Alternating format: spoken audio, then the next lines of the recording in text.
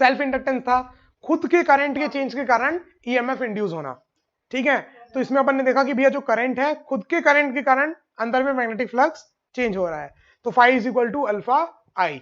तो अपन ने directly proportional to I, phi is directly proportional to आई।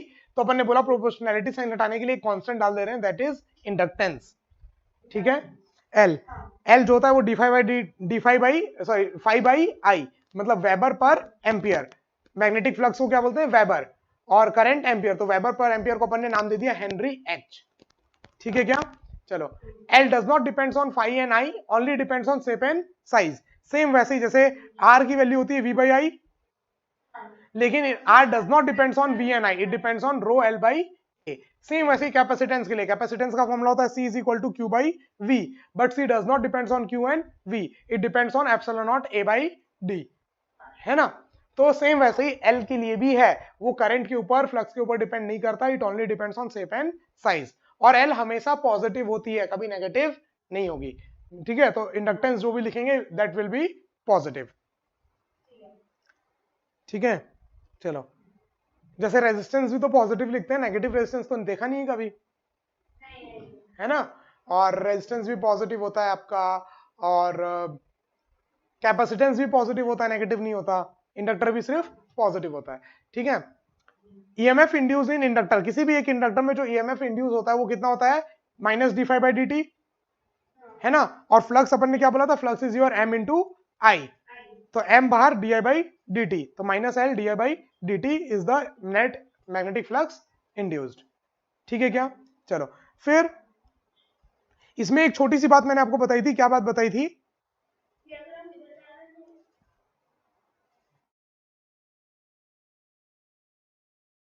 अगर ये इंडक्टर है, करंट इधर है, आप करंट की डायरेक्शन में जा रहे हो ए पॉइंट से बी पॉइंट में, तो a minus V A minus L D I by D t is equal to V b, मतलब करंट की डायरेक्शन में minus L D I by D t, current के opposite plus L D I by D T.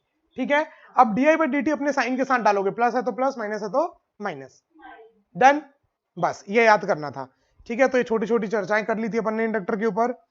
फिर ये question किया था एक, मैंने आपको दिया था, वी ए माइनस वी बी बताना था, यस, इजी था सा। फिर energy stored in a inductor, एक इंडक्टर के अंदर कितनी एनर्जी स्टोर्ड है फुल चार्ज होने के बाद। ठीक है, तो अपन ने बोला था पावर होता है आई इंटू वी, और ईएमएफ क्या है, L D I by D t. तो एनर्जी क्या होगी, टोटल एनर्जी स्टोर्ड किया इतना हो जाएगी, power into D T, D T D T cut गया, इसको पूरे को इंटीग्रेट किया, करंट जीरो से आई, मतलब मान लो स्टार्टिंग में करंट जीरो था और फाइनल करंट कितना है, आई, तो टोटल एनर्जी स्टोर्ड होती है हाफ एल आई स्क्वायर, जो नींद में भी याद रखनी है, हाफ एल आई स्क्वायर। ठीक है, ये टोटल करंट है जो इसके अंदर सेव है। बस, फिर और क्या पढ़े थे, ये क्वेश्चन किए थे। ठीक है, find current as a function of time, तो E minus L D I by D T equal to zero, integrate किया तो I is equal to E t by L. Simple simple question थे। फिर यहाँ पर बहुत समय के बाद ये खाली स्ट्रेट वायर के जैसे काम करने लग गया था, तो आर और आर बाई टू और आर 3r बाई 2, तो 2e by 3r direct I answer आ गया था। अगर मैं यहाँ पर कहीं पर कैपेसिटेंस भी लगा देता ऐसे, तो मतलब कि उसका कोई काम नहीं है, ब्रोकन वायर टूट जाता। ठीक है, क्योंकि फेमस है, ये तीनों दिखेगा आपको, कैपेसिटेंस, इंडक्टेंस और रेजिस्टेंस क्वेश्चन में दिखेगा, जो कुछ काम नहीं है, थोड़ा सा खाली आपको कंफ्यूजन पैदा करने के लिए है। फिर बहुत सारे क्वेश्चंस किए थे, कैसे कैसे क्वेश्चंस किए थे। हाँ, फिर growth and decay of current. Growth में क्या है, एक बैटरी है, बैटरी होगा तभी तो ग्रोथ होगा, करंट जीरो से, तो एक रेजिस्टेंस होगा और एक इंडक्टर होगा। तो अपन ने पूरा केवीएल लगाया, क्या लगाया, किरचॉफ्स वोल्टेज लॉ, एक लूप में।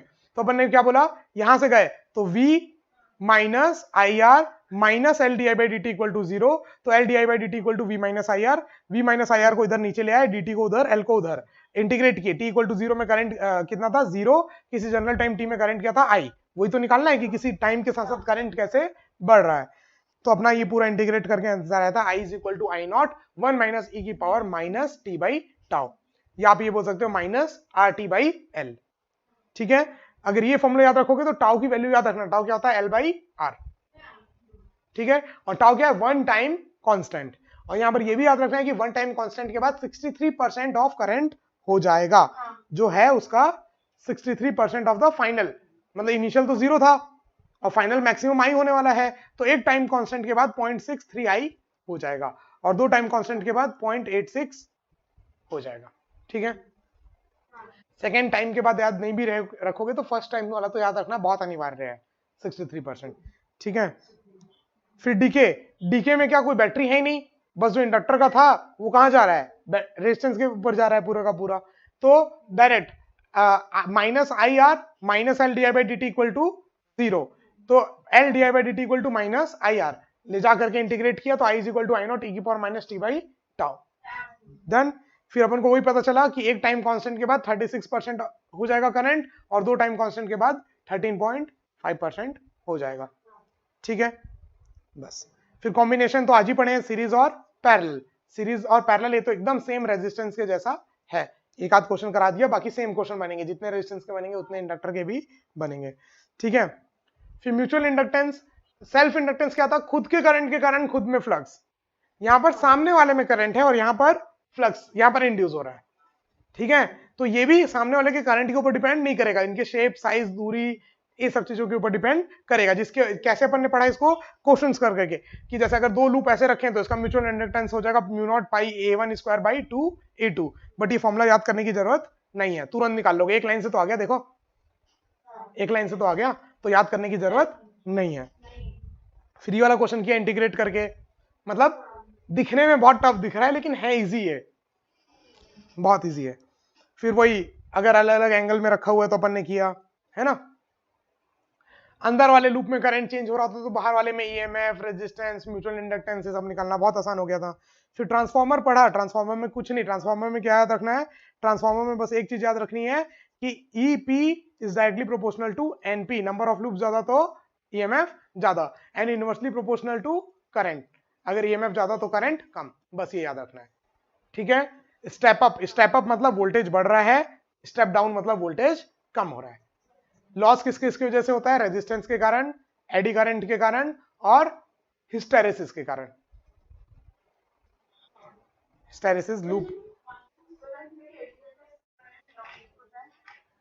क्योंकि एडी लॉ करंट के कारण भी रेजिस्टेंस के कारण नहीं बोलो, एडी करंट इसमें जो बीच का जो आपने मटेरियल बनाया है, कोर मटेरियल लिया है ना, अब सोचो अगर इसमें खुद में अगर करंट इंड्यूस हो जाएगा तो रेजिस्टेंस तो इसका भी तो होगा, एक तरीके से एडी करंट भी वो रेजिस्टेंस वाला हीट ही है।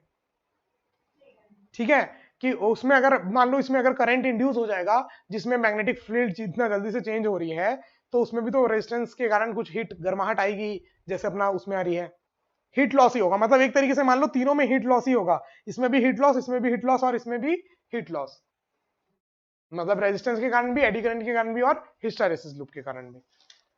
ठीक है, तो पूरा इलेक्ट्रोमैग्नेटिक इंडक्शन अपन ने एक बार और